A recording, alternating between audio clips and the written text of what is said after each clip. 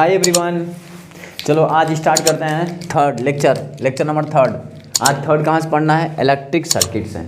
ठीक है, चलो देखो इलेक्ट्रिक सर्किट क्या होता है। सबसे पहले इलेक्ट्रिक सर्किट क्या होता है तो अ क्लोज्ड कंटिन्यूअस पाथ, एक क्लोज सर्किट होता है, ये कंटिन्यूअस पाथ होता है through which electric current is flow, जिससे क्या फ्लो होता है? करंट फ्लो होता है। मतलब एक ऐसा क्लोज्ड पाथ जिससे करंट क्या हो? फ्लो होता रहे। ठीक, अगर करंट फ्लो होता रह रहा है, ऐसा हो रहा है, करंट स्टार्ट फ्लो होता रह रहा है, तो इस तरह के जो सर्किट बन रहा है उस सर्किट को क्या बोलते हैं हम लोग? Electric circuit. समझो, मान लो यहाँ एक सेल है, सेल में एक पॉजिटिव टर्मिनल होता है, एक नेगेटिव टर्मिनल होता है। ओके, अब यहाँ से चार्ज निकलेगा, समय के साथ फ्लो होगा तो करंट, अब करंट यहाँ से निकल करके ऐसे ऐसे जाएगा और फिर करंट यहाँ आएगा, फिर यहाँ से निकलेगा, फिर जाएगा, फिर आएगा। लेकिन अगर मैं इसको यहाँ से तोड़ दूँ तो करंट यहाँ से तो जाएगा लेकिन यहाँ पे आके रुक जाएगा। इसके मतलब ये करंट यहाँ नहीं जा पाएगा, इसके मतलब ये सर्किट इनकम्प्लीट हो गया। यानी पहले ये कंप्लीट था तो करंट इसमें फ्लो हो रहा था, लेकिन अब ये सर्किट नहीं रहा, अब ये टूट गया ना, तो बेकार हो गया, कोई मतलब ही नहीं इसका। लेकिन अगर इसी को मैं क्लोज कर दूं, इसीलिए यहाँ लिखा है a closed continuous path, otherwise ऐसा नहीं होता। अगर मैं इसको तोड़ दूं तो सर्किट ख़त्म, तब सर्किट नहीं है। भले कंडक्टर है इसमें लेकिन सर्किट के काम नहीं करेगा, क्यों? करंट फ्लो ही नहीं होगा यार। मान लो यहाँ से निकलेगा, यहाँ से जाकर रुक जाएगा, ख़त्म, कोई मतलब ही नहीं उसका।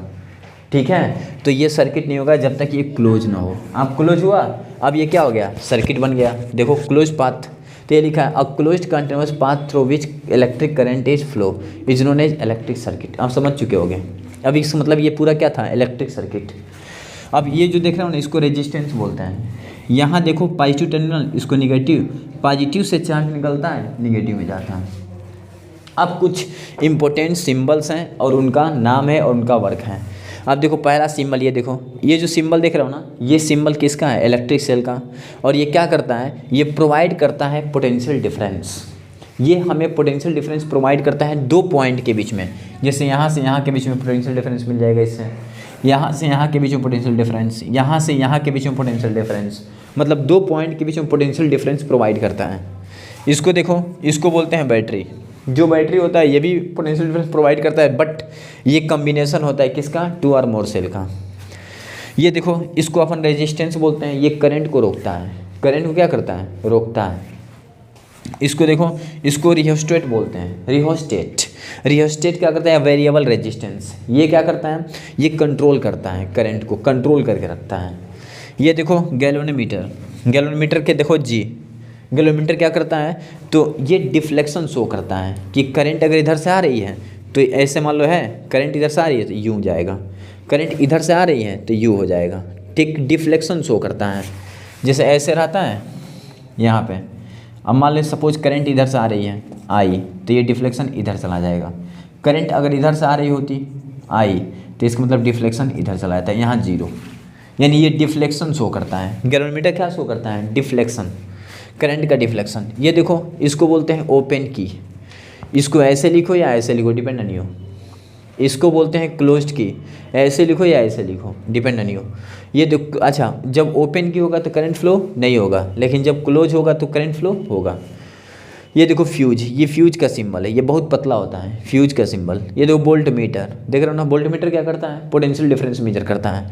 ये देखो अमीटर, अमीटर क्या करता है? करंट मेजर करता है, इंस्ट्रूमेंट होता है। बस खत्म, स्क्रीनशॉट ले इसका।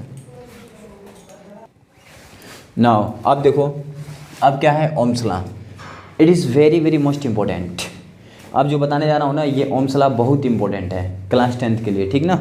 अब 10th स्टैंडर्ड बेस पे अगर देखा जाए तो Ohm's law is very very most important for your board. तुम्हारे बोर्ड के लिए बहुत इंपॉर्टेंट है। अब समझो, इसको अच्छे से समझना। देख, ओम क्या था, क्या बोला था, रियल में अगर समझ गए तो बहुत अच्छा है। देख, Ohm's law, this law was given by German scientist. ये जर्मन साइंटिस्ट, फिजिस्ट मतलब था, ये जर्मन एक फिजिक्स था जिसका नाम जियोर्ज साइमन ओम था। जियोर्ज साइमन ओम, इसका नाम था जियोर्ज साइमन ओम। इसी ने अपना एक रूल दिया, नियम बताया इलेक्ट्रिसिटी की में। ठीक है, और इसी का नाम रखा गया ओम्स लॉ। उसका नाम पूरा था जॉर्ज साइमन ओम। 1787 से 1854 में था, ठीक है, इसके बीच में था, उस बाद ख़त्म हो गया। अब क्या हुआ, मतलब ये क्या बताता है, तो ये रिलेशन बताता है किसमें, करंट और पोटेंशियल डिफरेंस में। मतलब ओम ने आया और करंट और पोटेंशियल डिफरेंस, जो करंट फ्लो हो रहा था वो करंट, और जो पोटेंशियल डिफरेंस डेवलप हो रहा था उस पोटेंशियल डिफरेंस में इसने रिलेशन बनाया। क्या बनाया, रिलेशन। और जो रिलेशन बनाया उसी को इसने एक्सप्लेन किया कि मैं जो रिलेशन बना रहा हूँ वो रिलेशन कब कैसे फॉलो होगा और कब फॉलो नहीं होगा, ठीक। और अपना जो उसने रिलेशन बना करके उसने दिया, उसी लॉ को अपन बोलते हैं ओम्स लॉ। लेकिन ओम्स लॉ ये होता क्या है, तो इसने कहा कि अगर कोई कंडक्टर है, देखो ये कंडक्टर है जिसमें करंट आसानी से फ्लो कर जाए। कंडक्टर क्या होता है, तो एक ऐसा सब्सटेंस जिसमें करंट आसानी से क्या करे, फ्लो करे, उसे हम क्या बोलते हैं, कंडक्टर बोलते हैं। अब देख ये एक कंडक्टर है, और ये जो कंडक्टर है ना, इसको ला करके देखो सेल से जोड़ दिया है। किससे, सेल, बैटरी बोल सकते हो, नो डिपेंड। अब देखिए ये सेल में बोल रहा हूँ, अब सेल है तुम्हारा, ये पॉजिटिव टर्मिनल और ये क्या है, निगेटिव टर्मिनल। और सीधा फंडा है, मैं बताया हूँ कि करंट कहाँ से निकलेगा, पॉजिटिव टर्मिनल से निकलेगा। अब जब करंट यहाँ से निकलेगा तो करंट यहाँ जा रहा है, देख, यानी करंट इसमें जा रहा है। अब जब करंट इसमें जाएगा ना, तो ये जो इलेक्ट्रॉन दिख रहा है ना, इसके अपोजिट डायरेक्शन में जाएंगे। इसके मतलब इलेक्ट्रॉन ऐसे जाएंगे, देखो अब इलेक्ट्रॉन ऐसे आ रहे हैं और करंट इधर जा रहा है। अब करंट जब इधर जाएगा तो जाते जाते करंट इधर आएगा, देखो, और नेगेटिव के पास ख़त्म, फिर यहाँ से निकलेगा, फिर जाएगा, फिर आएगा। और चूँकि ये क्लोज सर्किट है तो ऐसा होता रहेगा। अब देखो ये चूँकि कंडक्टर है, अगर इस कंडक्टर को देखूँ तो इसकी लेंथ कुछ होगी, है भी। अगर मैं देखूँ ये वाला पार्ट, देखो ये, तो इसको बोलते हैं क्रॉस सेक्शनल एरिया। क्या बोलते हैं, तो इसको बोलते हैं क्रॉस सेक्शनल एरिया। अब देखो एक बात बताते हैं, मान लो ये देख रहे हो ना, अगर मान लो सपोज ऐसा कोई है ऑब्जेक्ट, तो इस एरिया को और इस एरिया को क्रॉस सेक्शनल एरिया बोलते हैं। क्या बोलते हैं, क्रॉस सेक्शनल एरिया। और इस एरिया को बोलते हैं कर्व्ड सरफेस एरिया। क्या बोलते हैं, कर्व्ड। और क्रॉस सेक्शनल और कर्व्ड दोनों मिला के टोटल सरफेस एरिया होता है, ठीक। तो इसको बोलते हैं क्रॉस सेक्शनल एरिया। तो अपन यहाँ पर देखो इसको बोलेंगे क्रॉस सेक्शनल एरिया। और cross sectional area pi r square होता है। It is very most important, आगे भी बताऊँगा।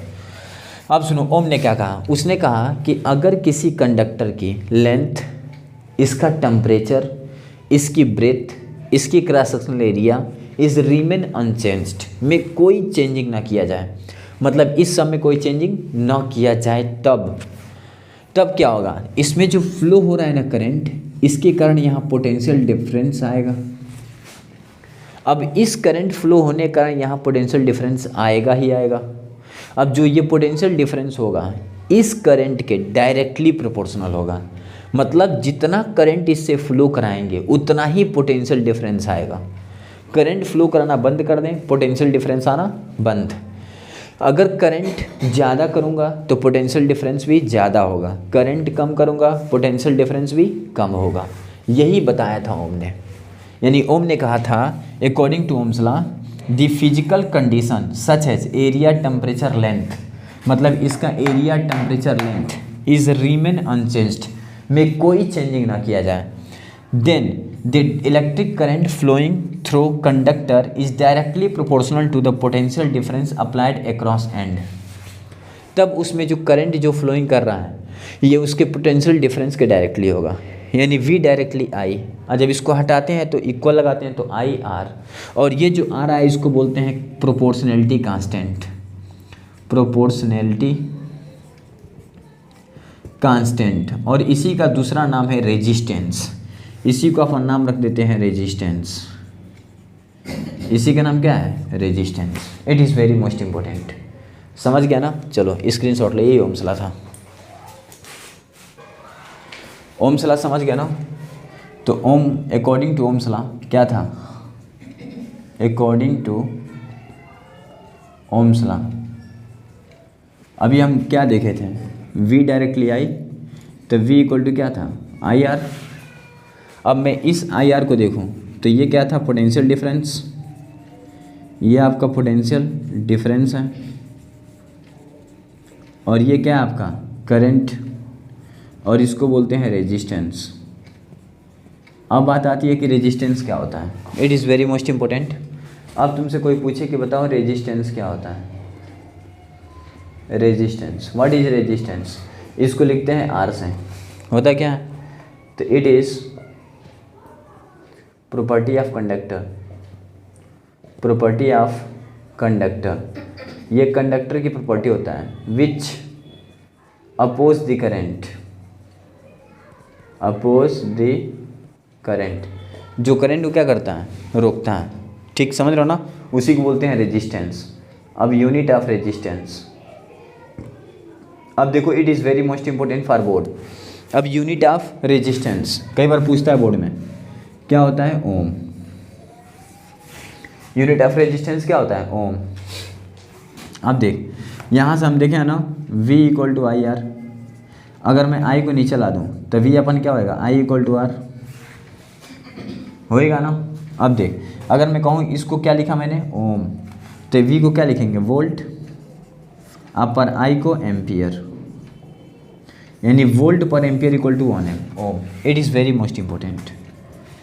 यानी बोर्ड में अगर दिया हो वोल्ट पर एम्पियर तो उसको क्या लिख सकते हैं, 1 ओम, या 1 ओम दिया हो तो वोल्ट पर ampere. It is very most important. क्यों, तो देखना V को वोल्ट, I को एम्पियर और R को ओम, V को वोल्ट। समझ में आ गया ना। चल रेजिस्टेंस समझ गया, ये पूरा समझ गया ना। चल ठीक, स्क्रीनशॉट ले इसका, चल ले लिए होगे। आगे नेक्स्ट, अब देख यहाँ पे बात कर रहे हैं ओमिक कंडक्टर, ओमिक कंडक्टर नहीं, पहले कंडक्टर देखो, लिख दे रहा हूँ कंडक्टर। अब इसमें दो होंगे कंडक्टर, एक होगा ओमिक, एक होगा non ohmic, non ohmic conductor. अब देखो इसके बेसिस पे कंडक्टर दो होंगे, एक ओमिक और एक नॉन ओमिक। तो ओमिक कंडक्टर क्या होता है, those conductor which obeys the Ohm's law,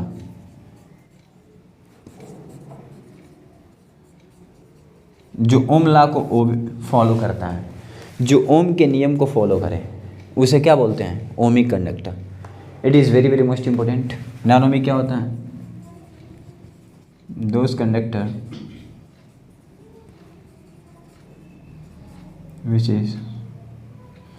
which do not obey,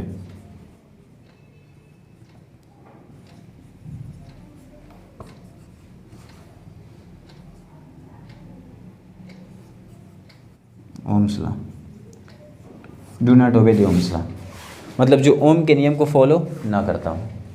मतलब क्या है, those conductor which obeys the Ohm's law, those conductor which do not obey the Ohm's law, मतलब जो ओम के नियम को फॉलो करे वो क्या कहलाएगा, ओमिक कंडक्टर। जो ओम के नियम को फॉलो ना करे वो क्या कहलाएगा, non ohmic conductor. Non ohmic conductor के एग्जांपल की बात करूँ तो फिलामेंट, फिलामेंट, बल्ब फिलामेंट जिसको बोलते हैं, लिख दे रहा हूँ बल्ब फिलामेंट, ट्रांजिस्टर, ETC। अगर मैं इसकी बात करूँ, कॉपर, जिंक, आयरन, ETC, बहुत सारे हो सकते हैं इसके। ठीक है, इसमें सेमीकंडक्टर भी लिख सकते हो, डिपेंड ऑन यू। जिसे सबसे मस्ट होता है बल्ब फिलामेंट। ठीक है, टंगस्टन से बना होता है। चलो ठीक है, इतना स्क्रीनशॉट ले लो, वेरी मोस्ट इंपॉर्टेंट। ठीक, चलो अब क्या है तुम्हारा नेक्स्ट, इसके बाद आता है तुम्हारा VI ग्राफ। VI ग्राफ, अब VI ग्राफ में क्या होता है, देखो वेरी सिंपल यार, ये देखिए V और ये I। अब देखो VI ग्राफ में क्या होता है, हम जानते हैं V डायरेक्टली क्या है, I। अगर V को बढ़ाऊंगा तो I भी क्या होगा, बढ़ेगा, और V को घटाऊंगा तो I भी क्या होगा, घटेगा। मतलब जितना करंट वेरी कराऊंगा उतना ही वोल्टेज वेरी करेगा। करंट को कम वेरी कराऊंगा, वोल्टेज भी कम वेरी करेगा। तो देखो मान लो सपोज यहाँ पे था करंट 1, ये मान लो 2, ये मान लो 3,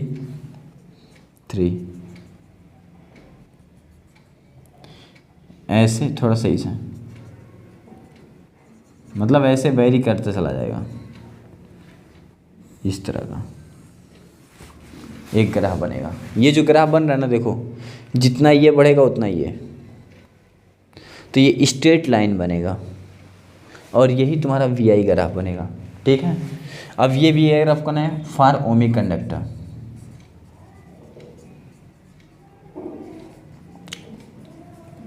ये केवल ओमिक कंडक्टर के लिए, नॉन ओमिक कंडक्टर तेरे को नहीं पढ़ना है, आप सबको केवल पढ़ना है ओमिक कंडक्टर, ठीक है। तो ओमिक कंडक्टर का वी आई ग्राफ है बस ये। अब इसमें कुछ पढ़ना है, इसमें हो गया, यही वी आई ग्राफ है, स्क्रीनशॉट लो। अब देखो अभी मैंने बताया, ठीक है, अभी जितना मैं बताया हूँ, ठीक ना, उसको अच्छे से पढ़ लेना वी आई ग्राफ। अब देखो ध्यान से बता रहा हूँ, अब उसी से रिलेटेड ये क्वेश्चन एक आया है, ठीक। और ये क्वेश्चन सीबीएसई बोर्ड में क्या पता कितने बार आया है, कुछ गारंटी नहीं बता सकता हूँ मैं कि कितने बार आ सकता, आया है और आएगा भी ये, ठीक है। It is very most important for CBSE board, ये बहुत इंपॉर्टेंट क्वेश्चन है। देखना एनसीईआरटी में भी ये क्वेश्चन दिया हुआ है, ठीक है। और देखो ये जो क्वेश्चन यहाँ करवाने जा रहा हूँ ना, एकदम इसी तरह करना, बोर्ड में पूरा 4 मार्क्स मिलेगा, ठीक, समझ। अब ये जो दिया है ना, इसको ध्यान से देखना। देख कर रहा है, the value of current I flowing in a given resistor for the corresponding value of potential difference V across the resistor is given below. मतलब यहाँ पे आई और वी जो तुमको एक गिवन दिया गया है, इससे तुमको प्लॉट बनाना है वी आई ग्राफ का, मतलब वी आई ग्राफ बनाना है, and calculate the resistance of register, और उसका रेजिस्टेंस फाइंड करना है, समझ। कह रहा है कि इस जो दिया ना, इसे ग्राफ बनाओ। तो लिखोगे सॉल्व, खूब सुंदर ग्राफ बनाओगे। देखो अब यहाँ पे लिख दो 0, ठीक, ये आई और ये बी। अब देखना आई में 0.5 ना, तो लिख ले 0.5, 1 ना तो लिख ले 1, 2 ना तो लिख ले 2, 3 ना लिख ले 3, और 4 ना तो 4 तक आ जाओ, 4। अच्छा इसमें देखो 1.6 ना, तो यहाँ ले 1.6, 3.4 ना 3.4, 6.7 6.7, 10.2 10.2, 13.2 13.2।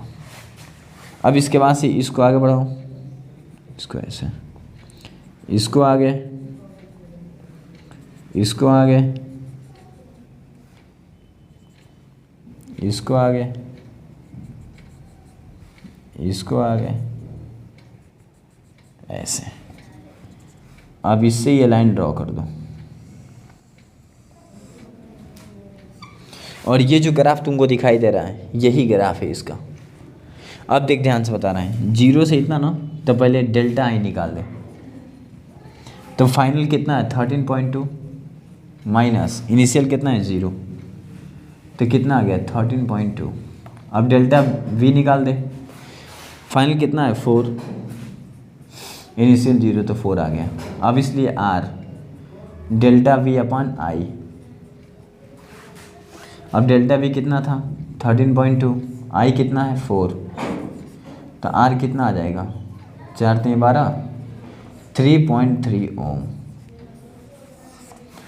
अब देखो ये जो निकाला हो ना, ये आपका आंसर है, रेजिस्टेंस 3.3 ओम। पहले डेल्टा आई निकाल देना, फाइनल माइनस 0 निकल गया, फिर डेल्टा वी फाइनल माइनस 0 निकल गया, फिर R delta we upon delta I, delta we का मान रखो, आई का मान रखो, आंसर आ गया।